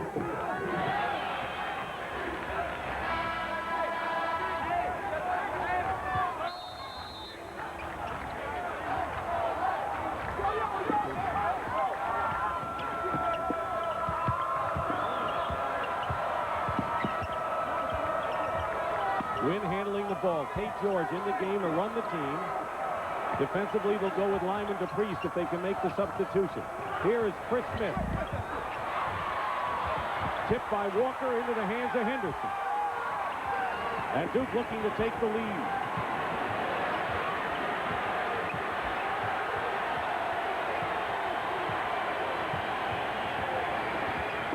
And the Blue Devil fans on their feet here. Right. Oh, my. Henderson throws it away. And they're going to call a foul against Bobby Hurley. And it may not have been a bad foul at all, considering the break opportunity. Not a bad foul at all is right. Uncontested layup going the other way. That is his third foul. And the 16th foul. So Duke has no more fouls to give. The next one will put Connecticut into the bonus. In the last 3 to 4 minutes, UConn working down on the baseline, trying to free up Chris Smith or Gwynn on little curl movement. The lead is 1 for Connecticut. Tate George working against Hurley. George with 4 fouls. He's seen it all in his career. He's been here in the bad times, 9 and 19, and now the good times. Henderson is all over Gwynn, and a loose ball into the hands of Hurley. He got in the middle, and Duke forced the turnover. Kristen Leitner wants a timeout, and Duke has called a timeout, and they'll have 2 left with that much time remaining in a 1-point Connecticut lead. How strong and secure is the advanced space frame chassis of the new Pontiac Transport? Let's just say it carries its own weight. And then some. Transport, the Pontiac of minivans. Another strength of the innovative new Pontiac Transport is that its rust-proof lower body panels resist dents, dings, and even Eddie Jankowski. Transport, the Pontiac of minivans. We build excitement, transport. If you've got yourself a car, and you've got yourself a house, you could be on your way to some very nice savings. Because with Allstate Homeowners Insurance and an excellent driving record, you could save up to 15% on your auto insurance. And 15% could mean big money for all the important little things. What a day. The Allstate Auto Advantage, another reason. A member of the Sears Financial Network.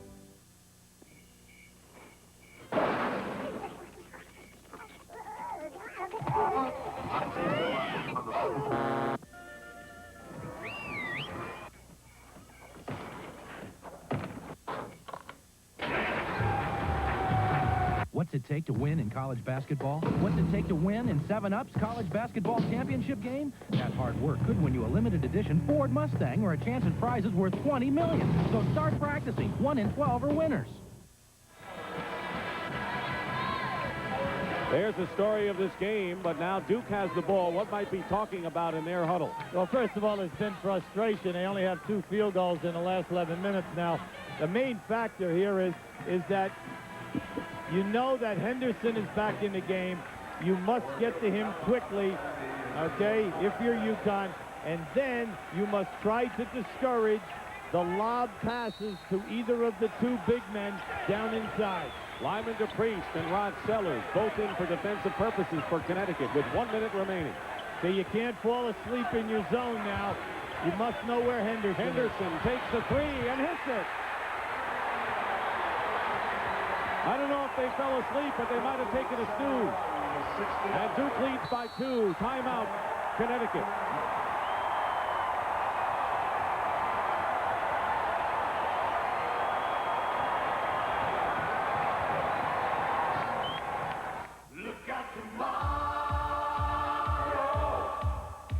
Anti-lock braking systems. All-wheel drive. Fuel-injected multi-valve engines. Dent-resistant composite body panels. A turbocharged intercooled V6 engine. Only one car company in the world can put all this technology in one showroom. Pontiac, of course. 4, 3,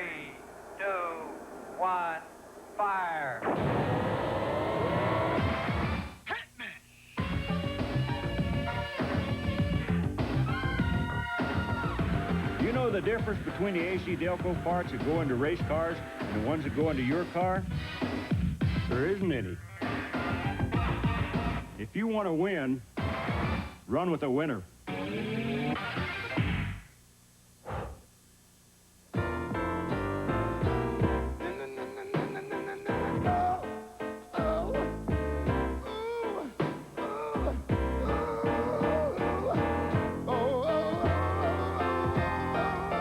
The next time you experience headaches, backaches, nausea, and sleepless nights, there is one way to get relief fast. GMAC. We make financing and leasing your new GM vehicle painless. Now watch Henderson underneath the basket receive a screen right here. They back-pick the zone to open him up, and just too late for the defensive rotation. See, that's going to your main guy, your senior, your top scorer, the guy you want to shoot for you. And the first Duke lead since 9 minutes remained in this game. Remember, both teams are in a penalty. St. George back in at point guard for Connecticut. Differential on the shot clock and the game clock is about 6 seconds. UConn trailing by 2. St. George goes up. Abdelnaby with the big rebound. Hurley is fouled by Gwynn. And 2 big free throws coming up now. Hurley 1-1. Very difficult shot selection. You'll see they made him alter the shot. Now Abdelnaby coming down here strong as they hand off. Very smart. They go for the steal. No steal. Bam. Get the foul. Stop the clock.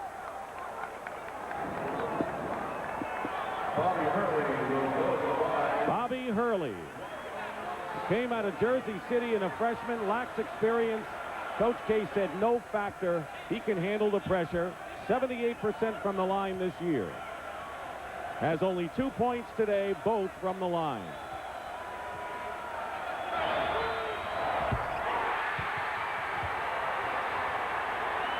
Now you're UConn.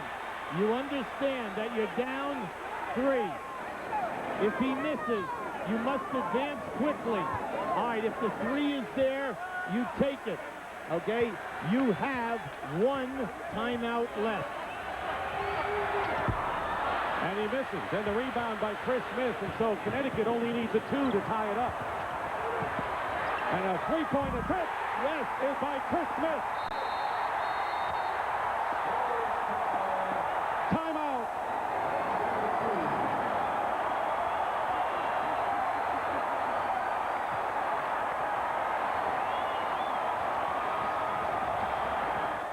$98,398 miles. My Toyota truck. I love it. Well, you probably won't believe it, but I have 407,510 miles. 101,978 miles. 213,000 miles. 126,672 miles. My Toyota truck, I love it. I love it. And I love it. I really love it. 1 mile, and I already love it.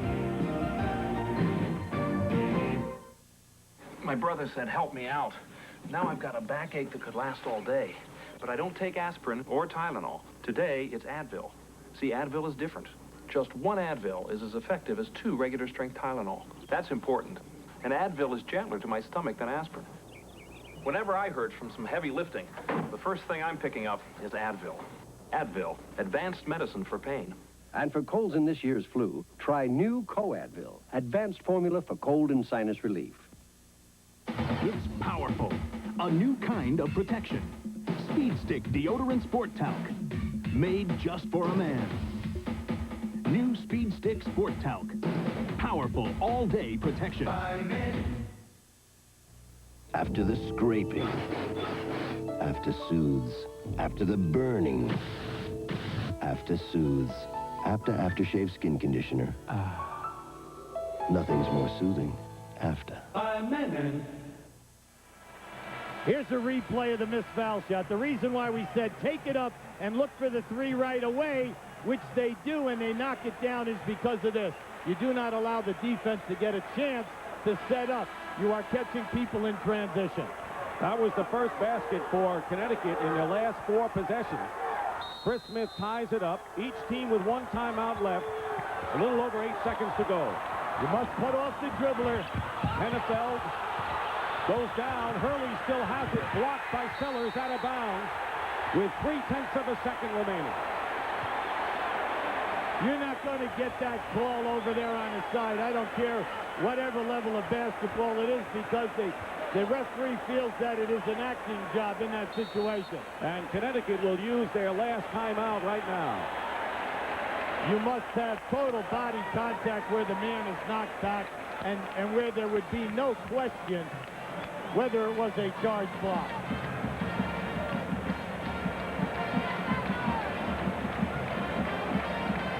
Now here you'll see they're chasing. Here comes Hennefeld over on the side. All right, there's your movement. You see there's daylight in between there. Now watch the defensive rotation. There's your block. Outstanding. That has been the story of this game at both ends.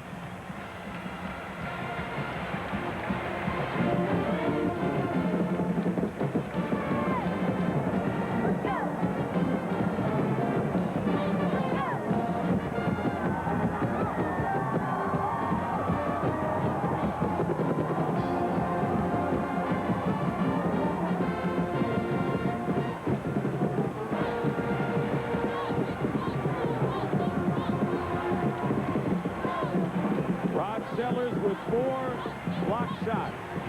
Connecticut is out of timeout. No fouls to give. Duke has the possession arrow. I was almost dare to say, what can you do in 3/10 of a second? But I dare to say it. No, but we all know that. We know that you can catch a basketball and shoot it, because they've had this controversy since this new clock has come in the NBA. You can catch it and shoot it within 3/10 of a second. Let's see what happens. Hurley will inbound. They're looking for the lob under the basket. You have to test all of the people going for a lob, but you cannot fall asleep on a deep pass, because the clock does not start until it hits my hand, someone's hand. We got 19,000 plus standing here. Hurley's lob. Abdelabi goes off the rim, and we're going to overtime. But they had a chance. Excellent execution. Came out with a great shot attempt. I like wheeling and dealing and a penthouse view, dressing for success and knowing who's who. Bright lights, fast lane, my big-time career. Meetings of the board and cold Coors beer. If you like your beer fresh, pure, and natural, head for the Rockies on the original taste of Coors. Have an ice-cold Coors with a friend of yours. Coors, the Rocky Mountain legend. Volvo 240 has a reputation for surviving accidents, and we at Subaru have always been impressed by that. So we gave the Subaru Legacy wagon unibody construction, like the Volvo 240. But we also gave it full-time four-wheel drive and anti-lock brakes, because the best way to survive an accident is not to get into one. Factory-to-dealer cash incentives on selected models make it a great time to come into your Subaru dealer. You've been staring out there all day. What are you doing?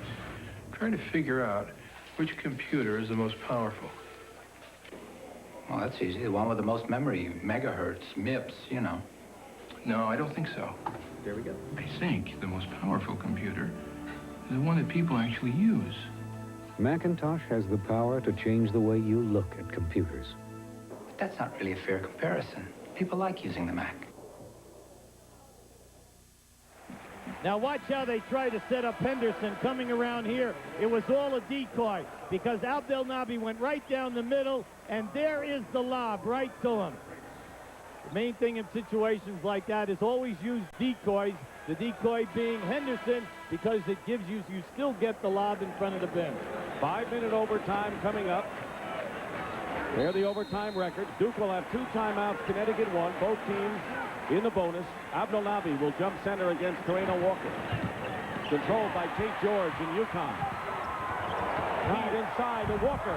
Connecticut takes the lead. Beautiful pass recognition by Tate George. Now this backcourt pressure is nothing but token. And believe it or not, UConn is in a Pass into hand-to-hand. Leitner, and it's taken off by Walker. Pass wasn't on the mark that time.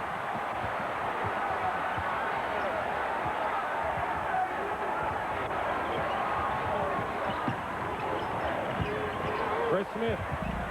Walker again trying to keep it going. Leitner clears it.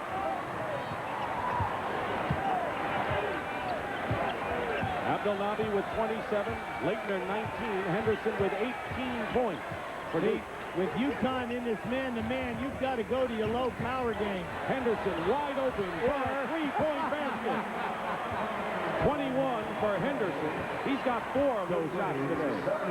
Well, it'll be interesting as we move along here right now, whether they're going to take advantage of Abdelnaby and Leitner in low.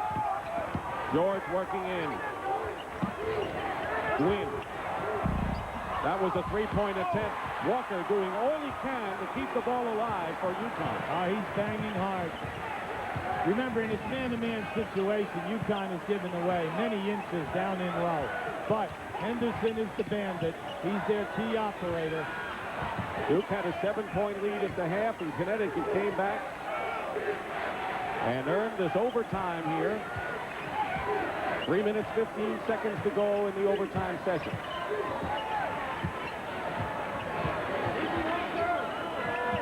Hurley looking for Abdelnaby, and Walker throws it away, or bats it away. The pass was not high enough. Well, it's a bad angle. You pick the basketball up past the top of the circle. It's a hard angle to get the ball into a man on a low post.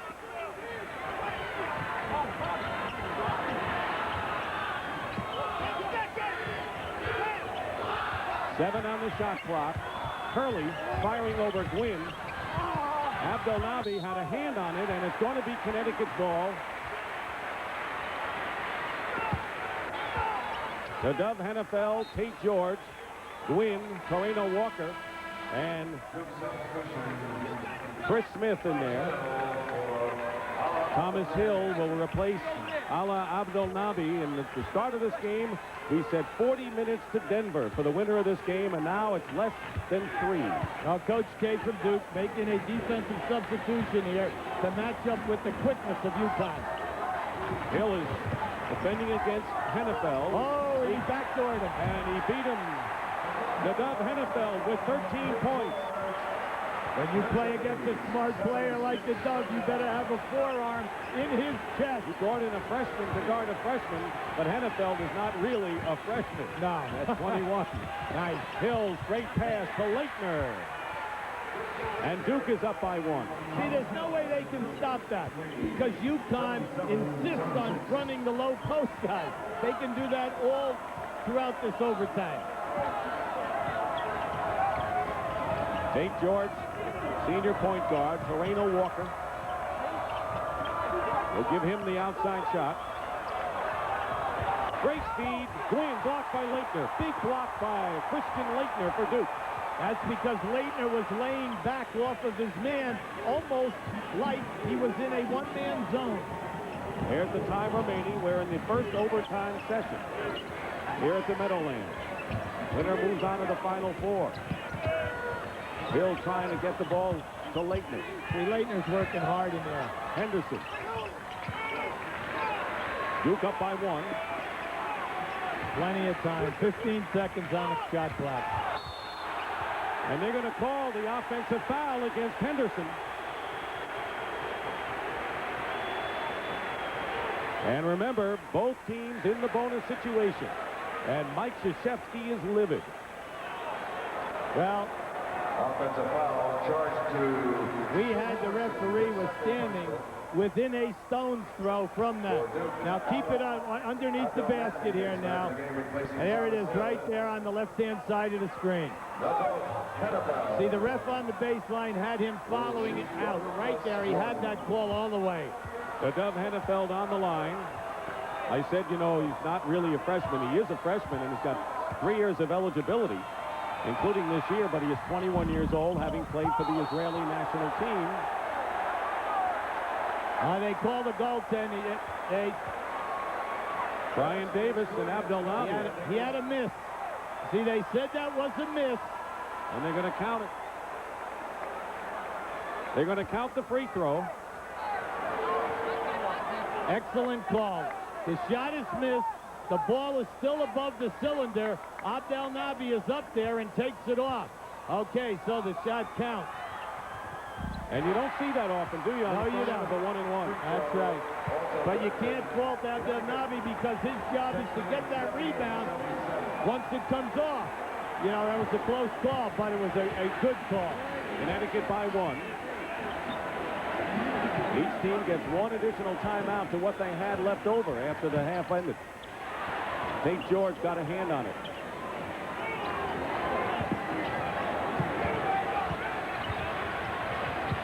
Here's Henderson. Abdelnabi with the offensive rebound. And Hennefeld with the rebound for Connecticut. 2 opportunities for Duke go by the board. Coach Calhoun is telling him, take your time. Take your time. He's talking to his 2 guys, Hennefeld and George.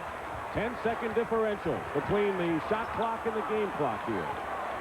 Because of the smartness of UConn, you cannot get backdoored from the wing for an easy layup. Hennefeld trying to avoid a 5-second violation. Now, there are 12 on the shot clock. All right, UConn has 1 timeout. Duke has 2.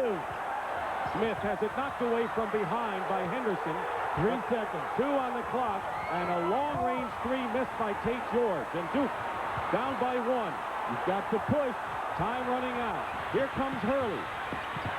George got a hand on it, and it's Duke ball with 2.6 seconds remaining. A great anticipation on that cross-court pass by George. And a timeout call. Here it is. Here comes Duke. They're pushing. Now watch to the top of your screen. Look at this denial. Great play by George. Unfortunately, he couldn't hold it. Hi, I'm Joe Garagiola with Johnny Bench. The action's been great at Toyota's Big League Sales event. Let's go to Johnny for a post-deal interview. Harmon, great deal you made today. Let's take another look. Okay, well, here's where the Toyota dealer put the deal right where I wanted it. I'll say 1,300 in factory-to-dealer incentives right down the middle. Yeah, and the 735 and option packages look great. Well, you got all of it. And I drove it right out of here. Joe, back to you. Don't miss the excitement at Toyota's Big League Sales event. It's the only game in town. Listen up. McDonald's fries surprise is so easy to play, a rutabaga could figure it out. Buy a large or a medium fries or a hash brown, then peel off the sticker. You win every time. Like a Big Mac for 69 cents. $10,000 or fly anywhere in the world Delta Airlines goes. Ooh, if that's not terrific, I'm not a member of the Tuber family. So play McDonald's fries surprise today. It's the game with appeal. Appeal? I love potato humor. Now, what are the options for Duke with the ball? Not much time, down by 1. Well, Duke has 1 timeout left. That's important because you must be able to get the ball in bounds. All right, the second fact is that Connecticut, if I'm defending, I want to put pressure on the passer so that he cannot pick out the movement. The next thing I'm concerned about is any kind of a lob pass to the front of the rim. Now, also, you must know where Henderson is out of this set. There's going to be picking all around the court. Duke still has 1 timeout left in case they can't get anything going. Dove Hennefeld has scored 4 of Connecticut's 6 points in the overtime. All right, this is interesting. UConn not playing the passer. All right, here is Leitner with the shot, and it scores! And Duke wins!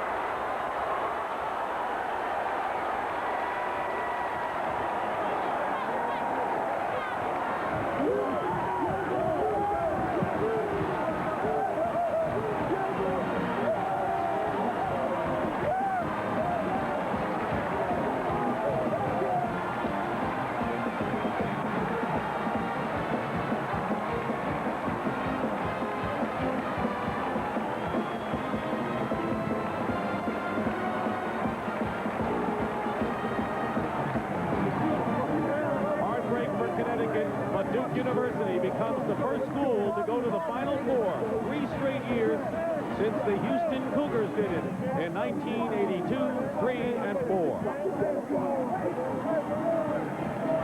And here is the last play with not that much time. They did not guard the inbound man, Leitner. He got the pass back and was open for the shot. As time ran out, Christian Leitner, with 23 points, wins the game for Duke. And there it is from under the basket. The Blue Devils will advance to Denver.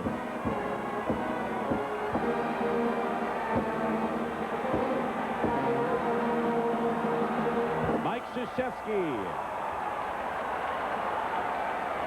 So 4 times in the last 5 years, the Blue Devils use the Meadowlands as a springboard to the Final Four.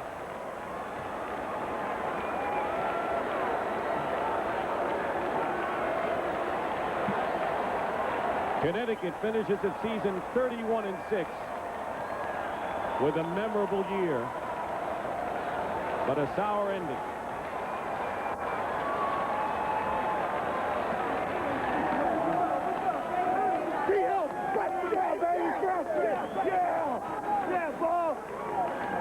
Bobby Hurley, who a year ago watched the regional final as a high school senior, decided to go to Duke.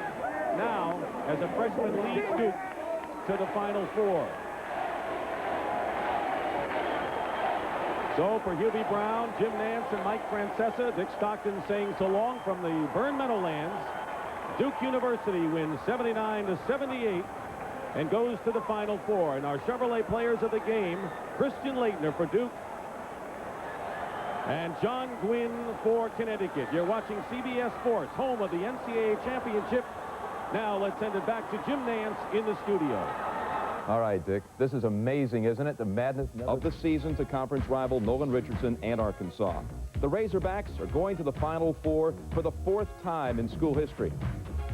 Meanwhile, back home in the hills of Arkansas, the fans went hog wild.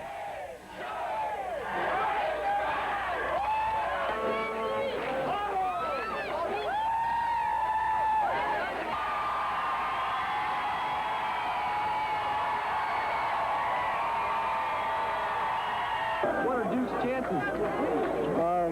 Pretty slim. Duke's chances were slim yesterday, trailing by a point in the closing seconds of overtime. UConn not playing the passer. All right, here is Leitner with the shot, and it scores. And Duke wins. Been a familiar trip from the Meadowlands back down to Raleigh-Durham Airport. A scene that we've seen now 4 times in the last 5 years. The Blue Devils returning home, knowing they're headed to another Final Four. And for Coach Mike Krzyzewski, 3 straight years, not only the 4 out of 5. You know, Mike, there's no question that Coach K is one of the real bright